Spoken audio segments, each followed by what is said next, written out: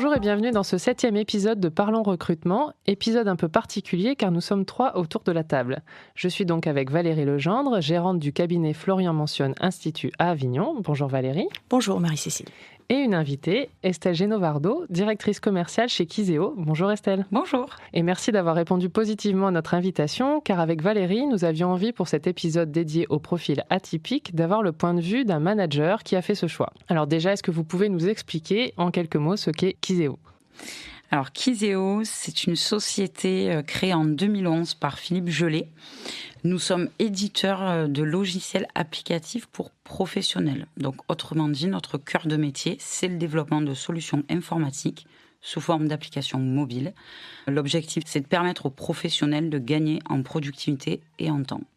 Et alors, comment fonctionne le recrutement chez vous ? Alors, aujourd'hui, chez Kiseo, on fonctionne principalement avec Valérie Legendre, puisqu'elle nous accompagne depuis plusieurs années dans le cadre de nos recrutements, où elle se charge, elle, de dégrossir les profils qui seraient susceptibles de nous intéresser. Donc, les candidats passent un premier niveau avec elle, avant que nous, on puisse travailler un peu plus en détail par rapport à ce qu'elle va nous présenter. Et vous recherchez des compétences techniques ? Alors, si je parle uniquement du service client de Kiseo, la seule compétence que je recherche, c'est l'envie. Et je pense que le reste, ça s'apprend. S'il y a des compétences manquantes, nous, aujourd'hui, on est suffisamment nombreux pour faire monter la personne en compétence dès lors qu'elle a tout simplement le punch et la motivation pour nous rejoindre. Donc ça veut dire qu'effectivement, vous acceptez des profils atypiques qui ne rentrent pas dans ce qu'on appelle les cases. Absolument. À fond même. Et donc Valérie, pour un candidat, comment il peut se considérer comme étant un profil atypique ? Alors j'ai une petite idée sur la question parce que la plupart des candidats qui viennent me voir se présentent comme atypiques. C'est franchement l'objectif aujourd'hui, l'adjectif qui est le plus employé. Bonjour, je suis un profil atypique. C'est tendance. Oui, mais en quoi ? Non, je pense que le vrai candidat atypique, il a un parcours avec fait plein d'expériences de là où on ne l'attend pas du tout sur le secteur, pas du tout sur les expertises, pas du tout sur l'état d'esprit. Et il arrive à communiquer l'envie de travailler avec mon client, en l'occurrence, donc de temps en temps, Kiseo. Et c'est bien ça qui fait la différence. Mais c'est quelqu'un qui est vraiment en dehors des clous de ce qu'on attend quand on est dans la fiche de poste. Comment faites-vous pour amener ce type de profil à un manager qui a souvent déjà bien réfléchi à sa fiche de poste pour son futur collaborateur ? Alors c'est plus ou moins difficile.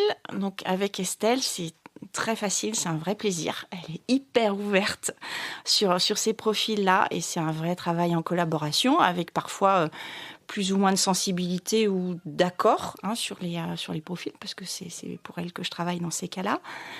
Avec d'autres clients, c'est un peu plus sportif, parce qu'il faut montrer en quoi ce que la personne sait faire ou ce qu'elle est peut apporter à la structure en face. Et là, l'argumentation, elle se fait sur la personnalité, sur la créativité, sur la capacité de travail, sur l'adaptabilité. Donc on est dans des subjectifs, ce qui est en partie mon travail, mais il y a un gros travail d'argumentation en tout cas, oui. Donc ça veut dire que vous pouvez amener dans une entreprise quelqu'un qui potentiellement n'aurait pas fait les études demandées pour ce type de poste ou qui n'aurait pas eu d'expérience sur le même type de poste que celui qui est en train d'être recruté ? Oui, ça peut arriver. Alors bien sûr, il y a une base, il y a quand même un socle de compétences, sauf pour certains travaux où on peut être sur des profils vraiment très, très, très pointus. Il y a une base de compétences à avoir, c'est évident. Mais oui, on peut être amené à avoir une formation qui n'existait pas au départ, qui a été faite après ou pas du tout, et qui est compensée par l'expérience, ou une formation de base costaud, mais la personne est allée vers d'autres voies. Et revient parce que ça l'intéresse, parce que dans un domaine même associatif, dans une autre expérience, dans une partie qu'elle a faite à l'étranger, elle a recalé à un moment donné ces expertises-là et on les retrouve. Et justement, Estelle, ça fait plusieurs années que vous avez des profils atypiques qui ont intégré vos équipes. Qu'est-ce que cela vous a apporté et peut-être aussi qu'est-ce qui a été compliqué à gérer pour vous ?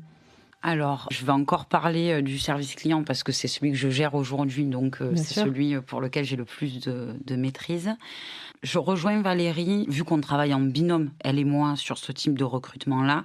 Première chose, c'est que nous deux, on soit parfaitement alignés. Aujourd'hui, on se connaît très bien, elle sait comment je fonctionne et je sais aussi ce que moi je vais attendre d'elle, c'est-à-dire elle va regarder des choses que moi je ne regarde pas en réalité. Donc ça s'équilibre parfaitement dans le cadre de la démarche. Aujourd'hui dans le service client, on a presque que des profils atypiques, je dirais. C'est une équipe atypique.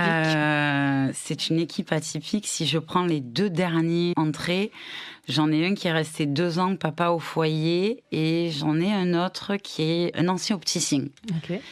Donc à la base, quand on cherche quelqu'un qui postule pour un poste de chargé de clientèle ou pour un poste de support SAV France Internationale, on n'attend pas ce type de profil. C'est en ça que la confiance que je peux avoir avec Valérie est importante parce qu'elle, elle va décanter, comme je vous le disais, ce que moi je ne regarde pas. Et moi, en l'occurrence, je ne suis pas attachée au CV. Je ne le regarde pas. Ce qui m'intéresse, c'est la lettre de motivation. Je vais y accorder un peu d'attention parce que ça me permet d'appréhender un petit peu le profil avant le moment où on va se voir en réalité. Et le moment où on se voit, en général, on n'aborde pas son CV. Clairement. C'est pas le sujet de notre entretien. Ce que je veux savoir, c'est en quoi il se voit chez nous par rapport à ce que Valérie aura fait en amont, en phase de découverte de ce candidat-là.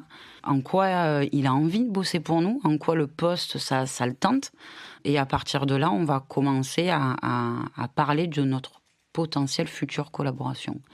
Et ce qui va être déterminant pour nous, clairement, c'est dans nos valeurs, c'est l'humain. Alors vous allez me dire, qu'est-ce qu'on met derrière l'humain ? On met beaucoup de choses. Dans l'absolu, on met d'abord l'envie, l'autonomie et l'envie de s'inscrire dans la durée aussi. On n'embauche pas des gens chez nous pour quelques mois. Donc c'est aussi un pari en réalité au-delà des compétences. Donc il faut vraiment que ça se traduise lors de l'entretien. Et puis aujourd'hui, j'ai envie de vous dire que le service client, c'est composé de 11 personnes chez Kizeo, 11 talents atypiques. Et 11 talents absolument formidables qui apportent clairement chaque jour leur pierre à l'édifice. Sans eux, ça ne peut pas marcher. Un vrai travail d'équipe. Et à l'inverse, est-ce que ça a des points négatifs ou en tout cas, est-ce qu'il y a eu des petites galères à justement réussir à créer une équipe avec des gens qui viennent de profils assez différents ? Plus on en embauche, plus il faut tenir compte de la cartographie des caractères et des compétences de l'équipe existante, de façon à ce qu'on essaie de trouver un profil qui va s'équilibrer déjà au niveau des forces et des compétences, au niveau des défauts aussi. C'est important de les cultiver parce que sur certains projets, les défauts de certains sont importants. Donc ça aussi, on le prend en compte chez nous. Et enfin, sur une partie de savoir-être, de façon générale, nous, on l'intègre pleinement dans nos compétences. On a le savoir-faire et on a le savoir-être. C'est intégré à part entière quand on fait les fiches de poste, aujourd'hui chez Kizeo. Et de se dire, voilà, il faut que la mayonnaise prenne. Et pour ça, ça demande, pour ma part, un gros travail de projection de ce caractère-là, de ce futur profil-là dans notre équipe à venir. La difficulté principale, c'est qu'en général, j'aime pas la facilité, Valérie elle le sait. Choisir la facilité de se dire j'aligne mes profils, aucun intérêt pour moi. Donc oui, se rendre compte qu'on n'est pas tous alignés, parfois c'est pas simple. Et pourtant, chez nous, ça prend à merveille. C'est enrichissant. C'est hyper enrichissant. On est une boîte multiculturelle. On a des gens avec des diplômes, sans diplôme. On a des gens... le schéma de Kizeo, et je parle que du service client. Je parle même pas de la boîte entière. Parce que alors là, c'est juste extraordinaire. C'est d'une richesse, mais qui est... je la souhaite à tout le monde, en fait. En réalité. Ça donne envie d'aller chez vous, en tout cas. Valérie est d'accord. Merci Estelle pour ce retour d'expérience. Avec plaisir. Valérie, un petit mot pour conclure et inciter peut-être les chefs d'entreprise à ouvrir leurs portes à des profils dits atypiques.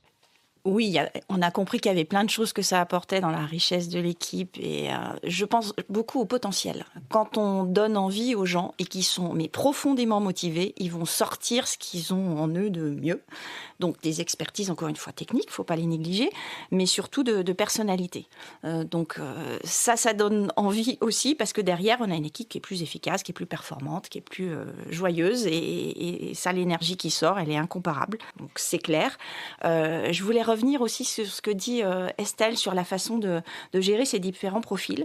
Je pense que c'est quand même un vrai pari. Moi, je suis persuadée que ça amène beaucoup plus de positif, mais il y a une difficulté à gérer, d'aligner ces profils. Et ça pardonne pas. Il faut être un bon manager. Quand il y a un bon manager, soit prête. Ouais. Il faut que l'entreprise soit prête, qu'elle ait cette ambition-là. Il faut être aussi exigeant. Donc, ça ne veut pas dire de la facilité, c'est pas la foire. Mais derrière, il y a des convictions en tant que manager et que porte Estelle, et avec un investissement quotidien, là, ça révèle tout. Donc, c'est l'équipe et le manager. Donc, moi, j'encourage, bien sûr, il faut être prêt et même pas peur. Mais bon, chez Kiseo, c'est un peu le deuxième slogan, donc Effectivement. ça devrait le faire. Oui, bien sûr.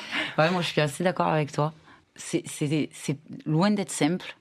Pour autant, dans la colonne des plus et des moins de ce qu'on investit et de ce qu'on gagne, en réalité, ce qu'on gagne, c'est juste incroyable. Mais je parle autant sur le plan de compétences, sur le plan de la stratégie de l'entreprise, donc productivité, etc., que sur le plan humain.